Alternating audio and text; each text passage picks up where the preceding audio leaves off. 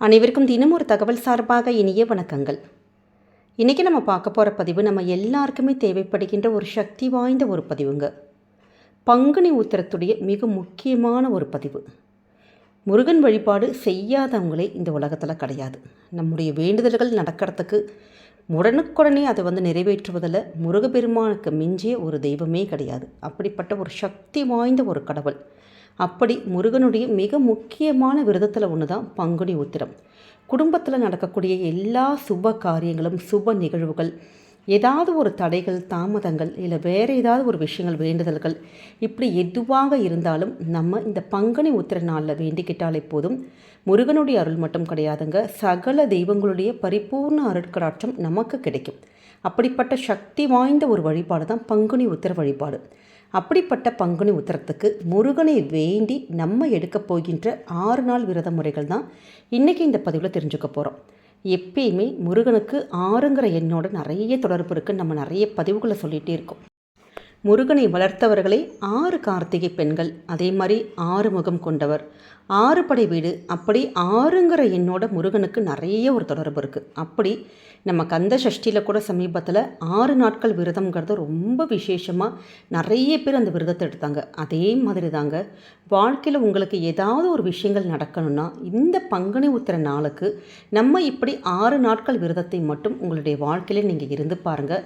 நிச்சயமாக எப்படிப்பட்ட வேண்டுதல்களும் தடைப்பட்ட காரியங்கள் எல்லாமே முருகனுடைய அருளாலே நடக்கும். அப்படி நம்ம 6 நாட்கள் விரதம் எப்போ ஆரம்பிக்கிறது, நமக்கு என்னென்ன செய்யணுங்கிற மிக முக்கியமான எளிமையான ஒரு பதிவு தான். அதே மாதிரி அந்த விரதம் நீங்கள் எங்களால் சிலரால் இருக்க முடியும், சிலரால் இருக்க முடியாது. அப்படி விரதங்கள் இருக்க முடியாட்டி கூட 6 நாட்கள் முருகனை வேண்டி நம்ம ஏற்றப்போகின்ற நம்முடைய வீட்டில் ஏற்றப்போகின்ற அற்புதமான தீப வழிபாட்டு முறை இதில் தெரிஞ்சுக்கலாம். பதிவுக்குள்ளே போகிறதுக்கு முன்னாடி நம்முடைய சேனலை சப்ஸ்கிரைப் பண்ணாமல் பார்த்துட்ருக்கவங்க கண்டிப்பாக சப்ஸ்கிரைப் பண்ணிக்கோங்க. அப்போ தான் எங்களுடைய எல்லா நல்ல நல்ல பதிவுகளுமே உடனுக்குடனே வரும். இப்போ பதிவை பார்க்கலாம். பங்குனி மாதத்தில் ஏகப்பட்ட விசேஷங்கள், குறிப்பாக முருகனுடைய வழிபாடுகள்ங்கிறது பங்குனி மாதத்தில் அவ்வளோ ஒரு விசேஷம். ஏன்னா இந்த பங்குனி உத்திரம் அப்படின்னு சொல்லிட்டாலே பங்குனி மாதத்தில் வரக்கூடிய பௌர்ணமியும் உத்திரம் நட்சத்திரமும் சேர்ந்து வர நாள் தான் பங்குனி உத்திரம். இந்த நாளில் பல தெய்வீக திருமணங்கள் நமக்கு நடைபெற்றதாக ஒரு ஐதீகம் இருக்குது. சிவன் பார்வதி, மீனாட்சி சுந்தரேஸ்வரர், ஸ்ரீராமர் சீதா, முருகன் தெய்வானை, இவங்க எல்லாருடைய திருமணங்களும் நடந்துச்சு. அதே மாதிரி தான் நமக்கு ஆண்டாள் ரங்கநாதரோட ஐக்கியமான தினமும் பங்குனி உத்திர நாளில் தான். நம்முடைய சாஸ்தாவான ஐயப்பனும் அந்த பங்குனி உத்திர நாளில் தான் அவதரித்ததாக வரலாறுகள் இருக்குது.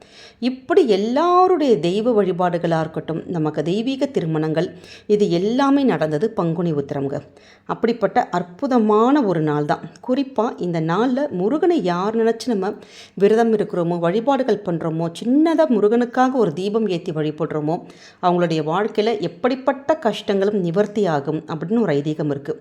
குறிப்பாக திருமண வாழ்க்கை ஒருத்தருக்கு என்ன இருந்தாலும் சரி, அவங்க என்ன தான் நம்ம வெளியில் ஓடி ஆடி பண்ணாலும் அவங்கவுங்க வீட்டுக்குள்ளே நுழைஞ்சால் அந்த வீட்டில் ஒரு சந்தோஷம், நல்ல ஒரு நிம்மதி இருக்கணும். ஒரு கணவன் மூலமாக இருக்கட்டும், மனைவி மூலமாக இருக்கட்டும், நம்முடைய குழந்தைகள் அப்படி வீட்டுக்குள்ளே வந்தாலே ஒரு நிம்மதி சந்தோஷம், அந்த திருமண உறவில் இருக்கக்கூடிய ஒரு பரஸ்பரம் அன்பு, ஒரு குடும்பத்தில் இருக்கக்கூடிய அந்யோன்யம், இது எல்லாமே ஒருத்தருக்கு கிடைச்சாதான் அவங்க வாழ்க்கை பரிபூர்ணம் அடையுங்கிற ஒரு இது இருக்குது.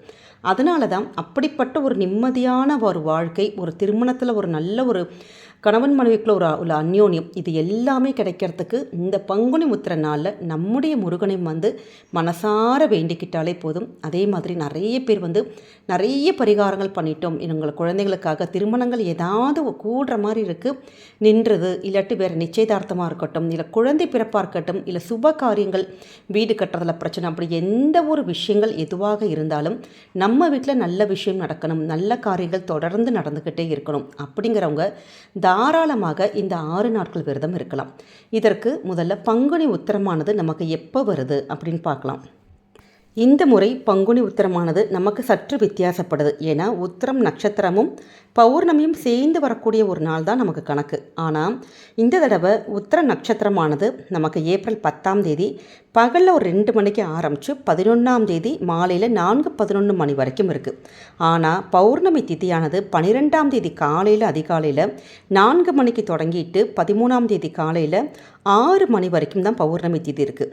ஆனால் எப்பயுமே உத்திரம்ங்கிறது அந்த நட்சத்திரத்துடைய அடிப்படையில் பங்குனி மாதத்தில் நமக்கு அந்த உத்திரத்துடைய அடிப்படையில் பங்குனி உத்திரமானது ஏப்ரல் மாதம் 11ஆம் தேதி வெள்ளிக்கிழமை தான் நம்ம அந்த விரதத்தை நம்ம கொண்டாடுறோம்.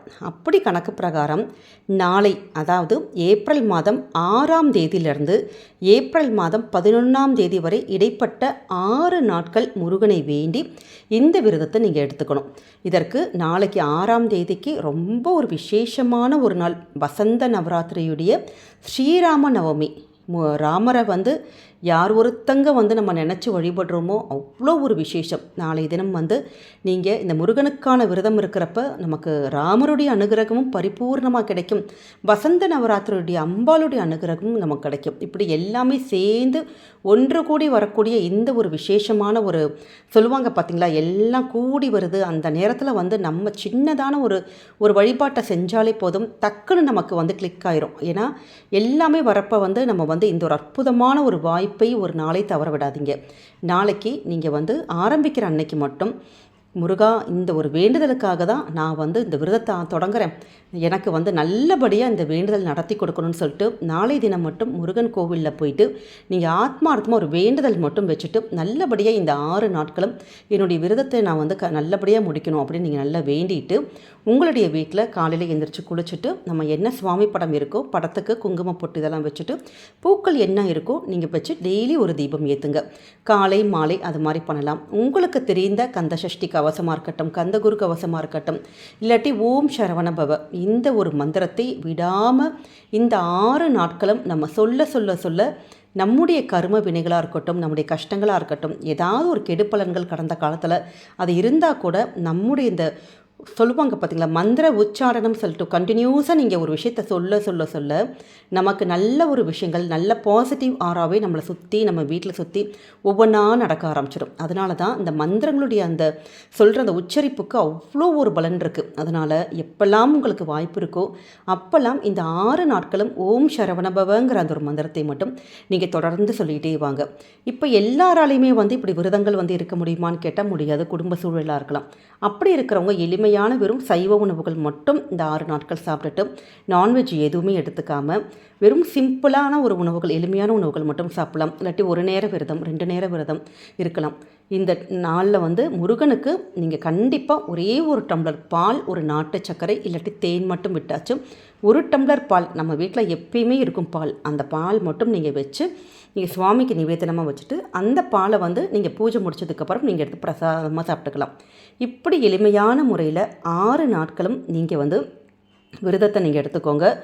இப்போ பெண்களுக்கு பீரியட்ஸ் ஆயிடுச்சுமா, அப்போ நாங்கள் என்ன பண்ணுறதுன்னா சுவாமி ரூம்குள்ளே மட்டும்தான் போக வேணாம், வெளியில் இருந்தே நீங்கள் ஆத்மார்த்தமாக முருகனை நினச்சி உங்களுடைய விரத முறைகள் நீங்கள் எடுத்துக்கலாம். ரொம்ப எளிமையான விஷயங்க, ஆனால் ரொம்ப ரொம்ப சக்தி வாய்ந்த விரதம். இந்த நாளில் நம்ம ஏற்றக்கூடிய மிக முக்கியமான ஒரு தீப வழிபாடு. ஏன்னா முருகனுக்கு அப்படின்னு சொல்லிட்டாலே வெற்றிலை தீபம்ங்கிறது தான் அவ்வளோ ஒரு விசேஷம், வெற்றிகளை தரக்கூடிய தீபம். அதனால் இந்த 6 நாட்களும் நீங்கள் உங்களுடைய பூஜை அறையில் சின்னதான ஒரு ஷட்கோண கோலம் போடலாம், இல்லாட்டி ஒரு ஸ்டார் கோலம் போடலாம். உங்களுக்கு பலகை மாதிரி வச்சு அந்த இடத்துல போட முடிஞ்ச தாராளமாக போடலாம். இல்லாட்டி சின்ன ஒரு பித்தளை தட்டு, இல்லாட்டி வாழை இலை, இல்லாட்டி என்ன உங்ககிட்ட அந்த இடத்துல இடம் இருக்கோ அந்த இடத்துல ஒரு ஸ்டார் கோலம் போட்டு 6 வெற்றிலைகள் பரப்பி அதுக்கு நடுவில் ஒரு தீபம் ஏற்றலாம். இல்லாட்டி 6 தீபங்கள். அப்படி எங்கள்கிட்ட வெத்தலை எதுவுமே கிடைக்காட்டி ஒரே ஒரு வெற்றிலை ஒரு தீபம் ஏற்றுங்க. வெத்தலை ஒன்று கூட கிடைக்கலமா அப்படிங்கிறவங்க ஒரே ஒரு நெய் தீபம் மட்டும் 6 நாட்களும் தொடர்ந்து முருகனை மட்டுமே மனசில் நினச்சி ஒரு வேண்டுதல் வச்சு நீங்கள் ஏற்றி பாருங்கள். அப்படி நீங்கள் ஏற்றுகின்ற விளக்கில் நீங்கள் என்ன சேர்க்கணும் அப்படின்னு கேட்டிங்கன்னா சுக்கு பொடி. ஏன்னா நிறைய பதிவுகளை சொல்லியிருக்கோம், சுக்குக்கு மிஞ்சிய மருந்தும் இல்லை, சுப்பிரமணியனுக்கு மிஞ்சிய கடவுளும் இல்லை. அதனால் சுக்குங்கிறது அவ்வளோ ஒரு விசேஷம். நம்ம மனசில் என்ன நினச்சி வேண்டுதல்கள் வச்சாலும் முருகனுக்கு அந்த ஒரு விஷயத்தை நடத்தி தரக்கூடிய ஒரு சக்தி இந்த சுக்குக்கு இருக்குது. அதனால் கொஞ்சமாக ஒரு சுக்கை மட்டும் நீங்கள் மிக்சியில் போட்டு பொடிச்சுக்கிட்டிங்கன்னா அந்த ஒரு இதில் வந்து ஒரே ஒரு பிஞ்சு ரொம்பலாம் அள்ளி போட வேணாம். ஒரே ஒரு பிஞ்சு மட்டும் இந்த வெற்றிலை தீபத்தில், இந்த நெய் தீபத்தில் இல்லை நல்லெண்ணெய் தீபத்தில் கொஞ்சோண்டு போட்டுட்டு இந்த ஒரு தீபத்தை மட்டும் 6 நாட்கள் நீங்கள் தொடர்ந்து உங்கள் வீட்டில் ஏற்றி பாருங்கள். நிச்சயமாக நடக்காத சுபகாரிய விஷயங்கள், நடக்காத நல்ல விஷயங்கள் எல்லாமே என்ன வேண்டிக்கிட்டாலுமே முருகனுடைய அருளால் ஒவ்வொன்றா நடக்க ஆரம்பிக்குங்க. அதனால் ரொம்ப ரொம்ப சக்தி வாய்ந்த இந்த 6 நாட்கள் விரதத்தை கண்டிப்பாக உங்கள் வீட்டில் கடைப்பிடிச்சு பாருங்கள். என்றைக்குமே நல்லதே நடக்கும். இந்த பதிவில் உங்களுக்கு என்ன டவுட்டாக இருந்தாலும் கண்டிப்பாக கமெண்ட் செக்ஷனில் கேளுங்க. நிச்சயம் உங்களுக்கு நாங்கள் அதுக்கு உடனுக்குடனே ரிப்ளை பண்ணுறோம். இந்த ஒரு பதிவு கண்டிப்பாக உங்கள் எல்லாருக்குமே பிடிச்சிருக்கும்னு நினைக்கிறோம். நிச்சயமாக இந்த 6 நாள் விரத முறையை எளிமையான முறையில் நீங்கள் விரதம் இருந்தாலும் இருக்காட்டியும் இந்த தீப வழிபாட்டையாச்சும் நீங்கள் மாலை நேரத்தில் முருகனை வேண்டி செஞ்சு பாருங்கள். கண்டிப்பாக உங்களுடைய வேண்டுதல்கள் எல்லாமே பழிக்குங்க. நம்முடைய சேனலை நிறைய பேர் சப்ஸ்கிரைப் பண்ணாமல் பார்த்துட்ருக்கீங்க. நீங்கள் சப்ஸ்கிரைப் பண்ணி உங்களுடைய ஆதரவுகள், சப்போர்ட்டுகள் எங்களுக்கு என்றைக்குமே கொடுக்கணுங்க. இந்த பதிவை மறக்காமல் ஷேர் பண்ணிடுங்க. மீண்டும் வேறொரு நல்ல பதிவோடு உங்களை சந்திக்கிறோம். நன்றி, வணக்கம்.